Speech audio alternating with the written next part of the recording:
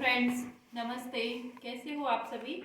तो आज हम जो बॉडी का मेजरमेंट होता है उसका वीडियो बनाएंगे और पूरा मेजरमेंट आपको समझाएंगे कि हम कैसे अपनी बॉडी का या मतलब किसी भी लेडीज़ का जो मेजरमेंट होता है बॉडी का वो हमें किस तरीके से लेना चाहिए।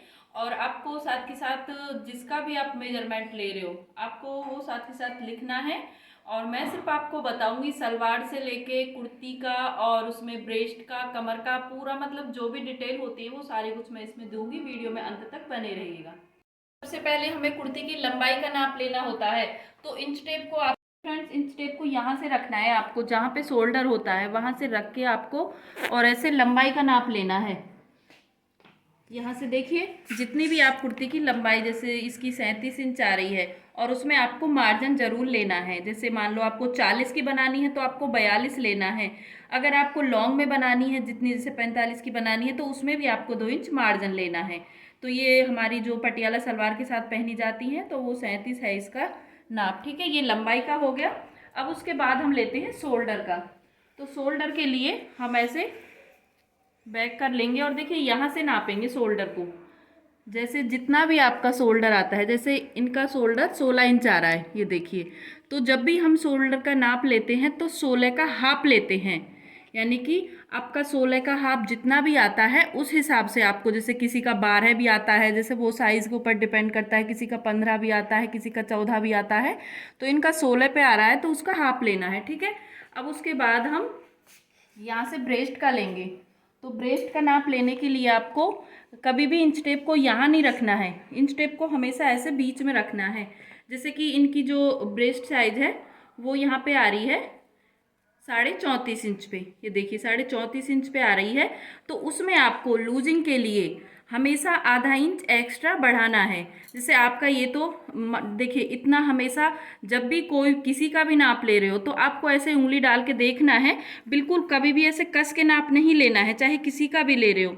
और इंच टेप आपका आगे से और पीछे से एकदम एक ही सीध में होना चाहिए। कई बार क्या होता है नाप लेते टाइम कि यहाँ से तो इंच टेप ठीक रहता है लेकिन पीछे से वो खिसका रहता है। तो इस चीज़ का भी ध्यान रखें। 34.5 इंच आ रही है। अब जो लूजिंग रखेंगे वो इसमें हम 2 इंच या 2.5 इंच के रखेंगे। ठीक है, ये हो गया। अब उसके बाद यहाँ से भी नाप लेते हैं। ये ब्रेस्ट का हो गया। ये फिटिंग भी बहुत ज़रूरी होती है, जैसे कि इनका यहाँ से आ रहा है 35 इंच पे।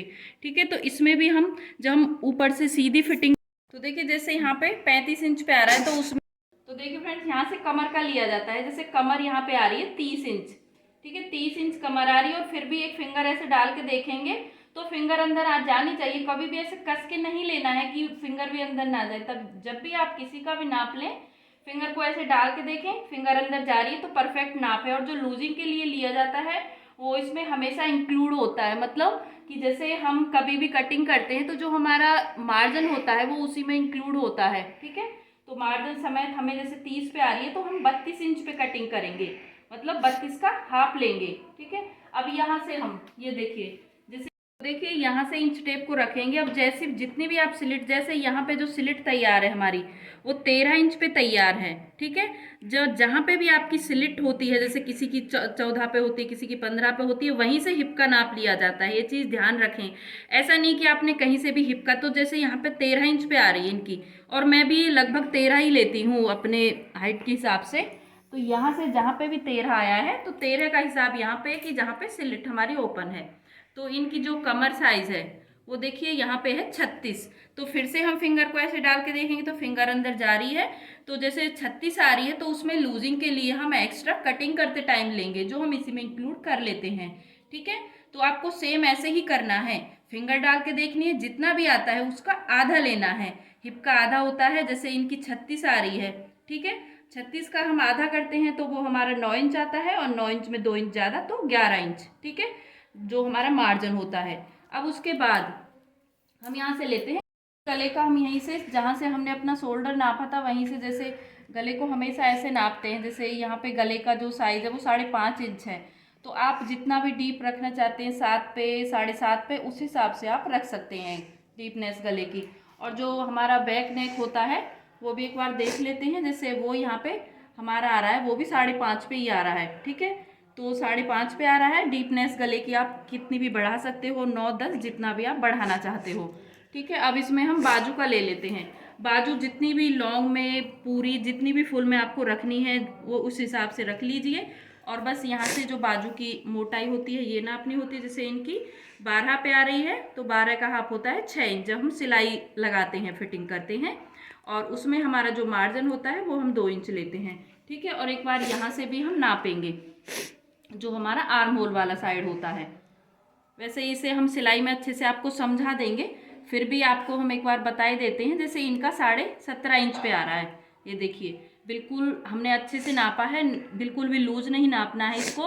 17.5 पे एकदम ये परफेक्ट है, ठीक है।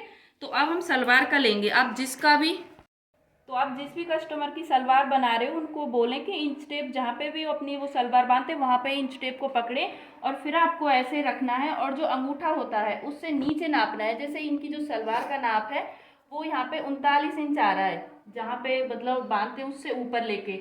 और जो मार्जिन होगा वो हम बेल्ट में इंक्लूड करते हैं, मतलब जितनी भी आपकी कमर है उससे हमें 2-3 इंच ज़्यादा लेना होता है। तो वो सलवार में वैसे मैंने समझा दिया था।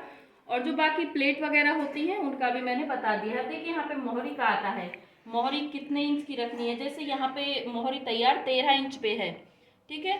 तो यहाँ पे हम 13 का भी हाफ ही लेंगे जब हम फोल्ड करते हैं उसको पार्ट को। तो आपको ऐसे ही करना है जैसे मैं सलवार आपको सिखाती हूँ, बाकी की चीज़ें मैं आपको सिखा। तो देखिए जो आज का बॉडी मेजरमेंट है वो मैंने अच्छे से आपको समझा दिया है। फिर भी कहीं पे कोई कन्फ्यूजन होता है तो आप हमें कमेंट करके बता सकते हो। और आगे अब क्लास की वीडियो कंटिन्यू आती रहेंगी। हो सकता है 1-2 दिन का गैप और लगे क्योंकि अभी मैं यहीं पे हूँ ससुराल में, नोएडा नहीं गई हूँ।